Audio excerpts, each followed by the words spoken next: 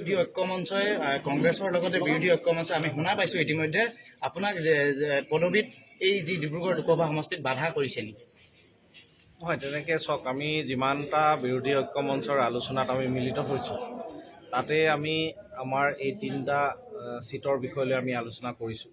আলোচনা মৰ্মে তেখেতলোকৰ বিৰোধী ঐক্যৰ মজিয়াত আমি আবেদন কৰিছোঁ আৰু অনুমোদন জনাব বুলি আশাবাদী হৈ আমি কাম কৰি আগবাঢ়ি গৈছোঁ।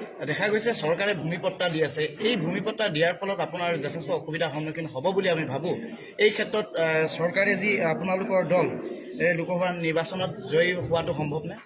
আপুনি অকণমান আগতে যিটো কাৰ্যকৰ্তা যিটো সন্মিলন আপোনালোকে লক্ষ্য কৰিছে, আমি ৰাইজক সুধিছিলোঁ যে ভূমিপট্টা আপোনালোকে এই বসুন্ধৰা 1 আৰু বসুন্ধৰা 2 এই দুটা হৈ গ'ল ইতিমধ্যে আঁচনি, তাতে কেইজনে ভূমিপট্টা পাইছে? 7 ডঙা মানুহ এজনো নোলালে। গতিকে ভূমিপট্টাটো কাক দি আছে আমি বুজি পাইছোঁ।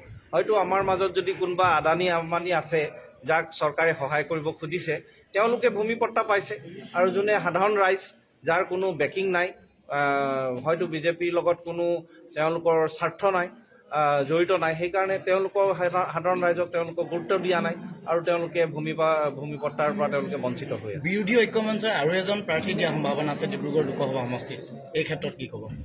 মই আশাবাদী তেওঁলোকে আৰু এজন কেণ্ডিডেট নিশ্চিতভাৱে নিদিব বুলি মই আশাবাদী। আপোনাৰ যথেষ্ট প্ৰচাৰ হৈছে বৰ্তমান, কিমান ভোটত জয়ী হ'ম বুলি আপুনি আশা ৰাখিছে? সেইটো আজি ক'ব নোৱাৰোঁ, কিন্তু বিজেপি যথেষ্ট সবল। আমি তেওঁলোকক দুৰ্বল বুলি কোৱাটো ভুল হ'ব। কিন্তু 2 বছৰৰ সময়, এই 2 বছৰৰ সময়ত সাংগঠনিকভাৱে আমি বুথ পৰ্যায়লৈকে গৈ পোৱাটো মই ভাবোঁ যে এটা সঁচাকৈ এটা লেখত ল'ব লগা এটা বিষয় আম আদমি পাৰ্টিৰ কাৰণে, আৰু সেইটোৱে আমাৰ মূল উৎসাহ দি আছে আমাক যে এই 2 বছৰ যদি আমি আজি বুথ পৰ্যায়লৈকে গৈ পাইছোঁ, বুথ সন্মিলন পাতিছোঁ আৰু তাত কাৰ্যকৰ্তাসকল আহি উপস্থিত হৈছে, উৎসাহিত হৈছে, যিটো এনেধৰণৰ আমি সাংগঠনিক সভা প্ৰথমবাৰৰ কাৰণে পাতিছোঁ ডিগবৈ মাৰ্কেটত, আৰু আপোনালোকে উপস্থিতি দেখিছেই।